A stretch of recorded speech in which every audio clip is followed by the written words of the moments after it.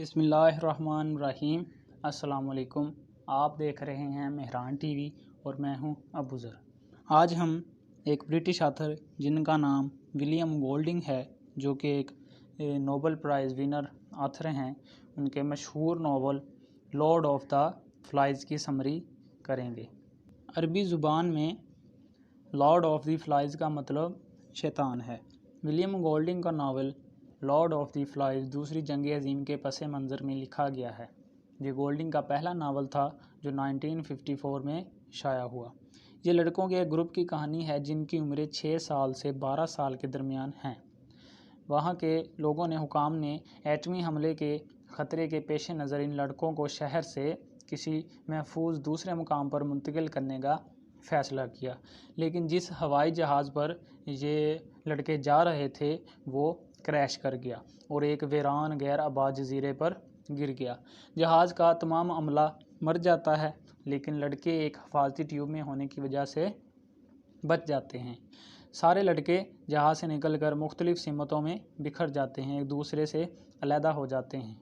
Novel के आगाज़ में जिन दो किरदारों से हमारी मुलाकात होती है वो रॉल्फ और पिगी हैं। रॉल्फ एक वर्जिशी जिस्म का हामिल खूबरू खूबसूरत लड़का है, जबकि पिगी एक भद्दा सा मोटा सा बदसूरत सा लड़का है।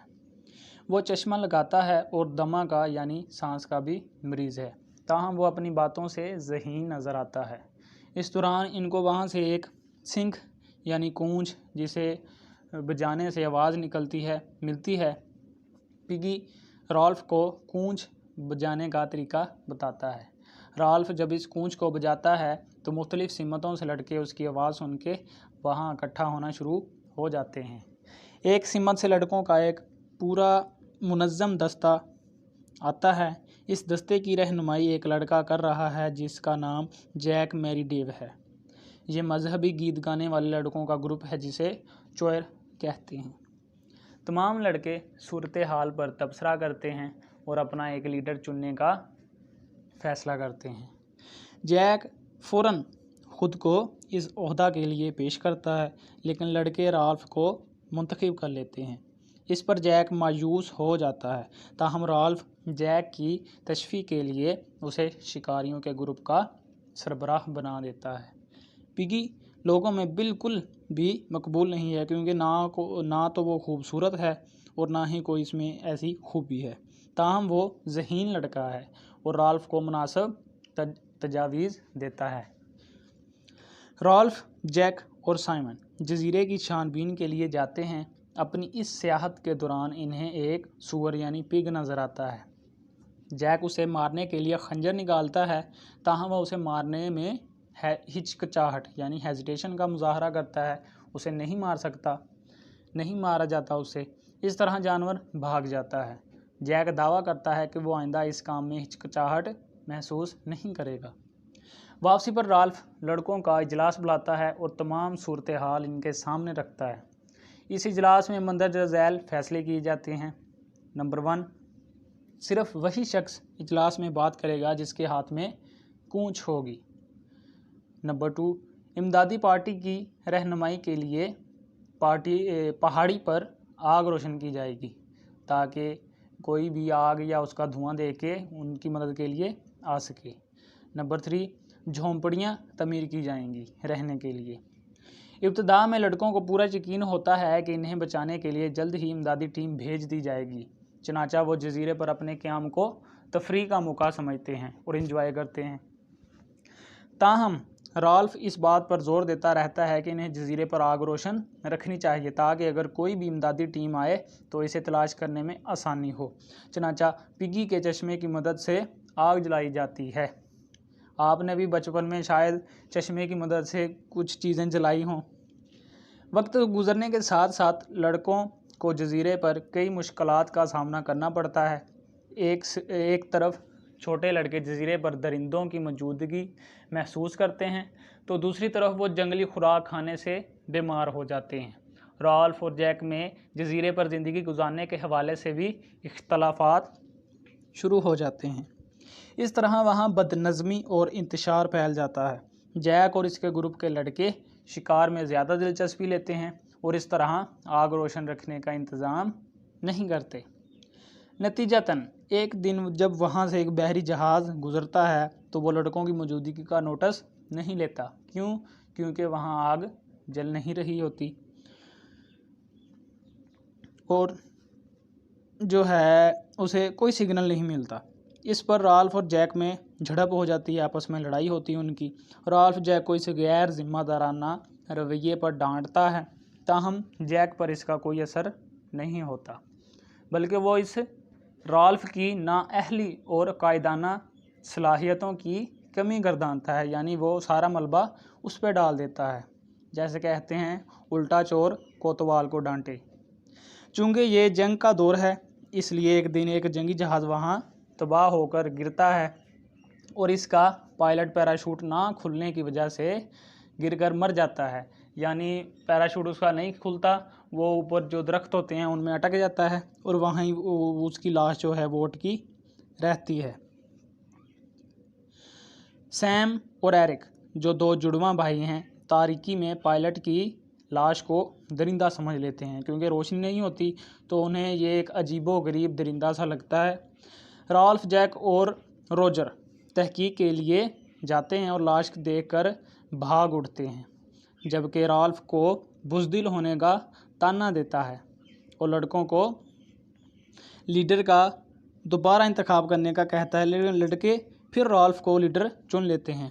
इस शिकस्त के बाद जैक अपना अलग ग्रुप बना लेता है और आहिस्ता आहिस्ता तमाम बड़े लड़के इस ग्रुप में शामिल हो जाते हैं, जबकि जैक और इसके कबीले के लोग वहशियों की तरह चेहरे पर रंग वगैरह मल लेते हैं और सूअरों का शिकार करते हैं। वो लोग एक सूअर को ज़िबा करके इसका सर एक छड़ी पर लटका देते हैं। इस तरह वो वहशी कबाइल की तरह दरिंदे को कुर्बानी पेश करते हैं।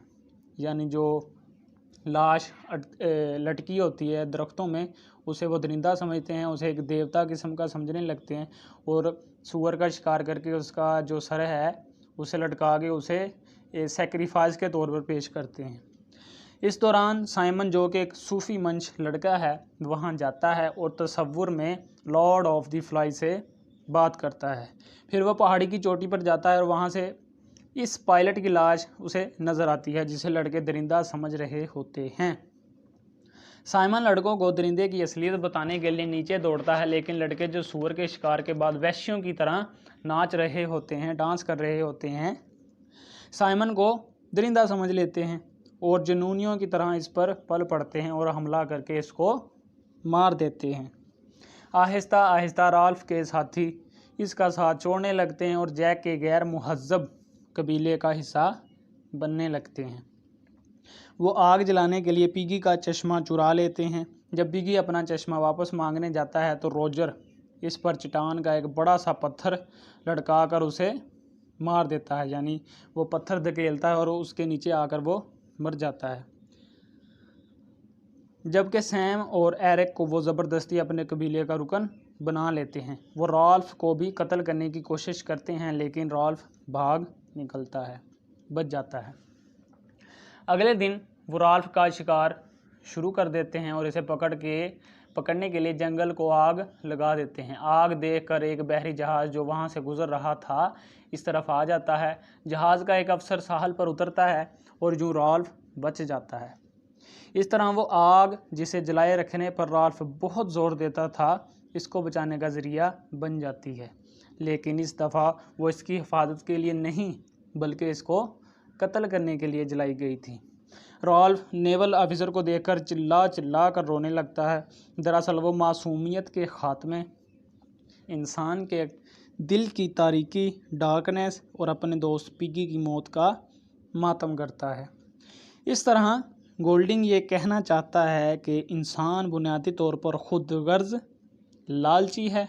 वो अपनी ख्वाहिशात की तकमील के लिए अपने भाई बंदों का गला काटता है। इसने तहज़ीब का जो लबादा ओढ़ रखा है वो सब डिसगाइज है, ऐसा नहीं है। ये सब ढको सिला है, यानी इसमें हकीकत कुछ नहीं है। दरअसल वो अंदर से दरिंदा है, एक बीस्ट है और इर्तिकाई मनाज़िल तय करने के बावजूद इसकी दरिंदगी में कोई कमी नहीं बल्कि इजाफ़ा हुआ है। उम्मीद है आपको समरी पढ़ के इस नावल की अंडरस्टैंडिंग हुई होगी। अपना ख्याल रखिएगा। अल्लाह हाफिज़।